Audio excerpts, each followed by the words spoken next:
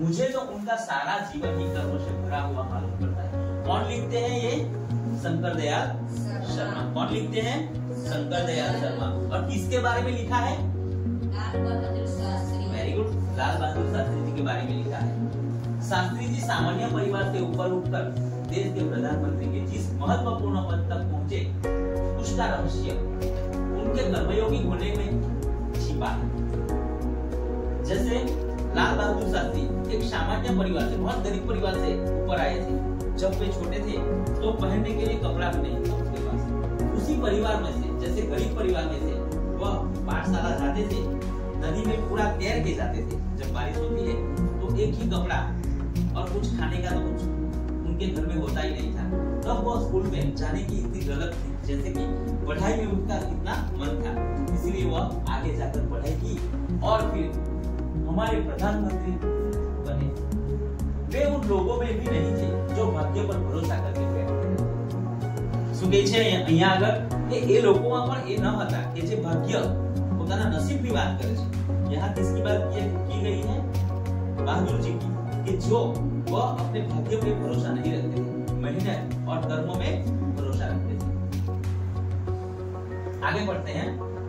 अच्छा चलो बच्चों, हमने लाल बहादुर शास्त्री जी के बारे में पढ़ा, पढ़ाई कर ली ना? अभी हम एमसीक्यू देखेंगे, आपको सही उत्तर देना है। सभी तैयार? चलिए, पहला प्रश्न है, किसके प्रति शास्त्री जी के मन में विशेष लगाव था? और आपके जो प्रश्न के ऑप्शन है, मजदूर, सैनिकों, व्यापारी या किसान? किसान। ओके, सही आंसर दिया। दूसरा क्वेश्चन है, शास्त्री जी का सारा जीवन किससे भरा मालूम पड़ता है? ज्ञान से, कर्म से, धन से या धर्म से? कर्म से। सही जवाब है कर्म से। आगे, लेखक शास्त्री जी को केवल कर्मयोगी के बजाय क्या करना उपयुक्त मानते हैं? जैसे निष्काम कर्मयोगी, कर्मभोगी, कर्मरोगी या कर्मकांडी?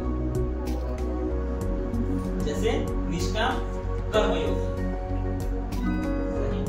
आगे, कर्मयोगी लाल बहादुर शास्त्री जी के बारे में किसने लिखा है? पहले ही आ जाता है शंकर दयाल शर्मा।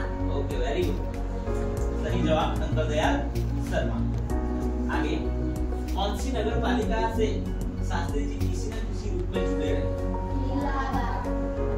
इलाहाबाद। ओके, इलाहाबाद सही जवाब, इलाहाबाद। आगे कौन पढ़ेगा? आगे प्रिंसिपल पढ़िए। 1926 में शास्त्री जी किसमें शामिल हो गए? हाँ, 1926 में शास्त्री जी किसमें शामिल हो गए? विद्या सेवा मंडल, लोक यानी विनम्रता, सादगी और सरलता। विनम्रता, सादगी और सरलता देखते हैं। ओके, सही जवाब। आगे कौन पढ़ेगा? दिव्या बहन पढ़ो। लेखक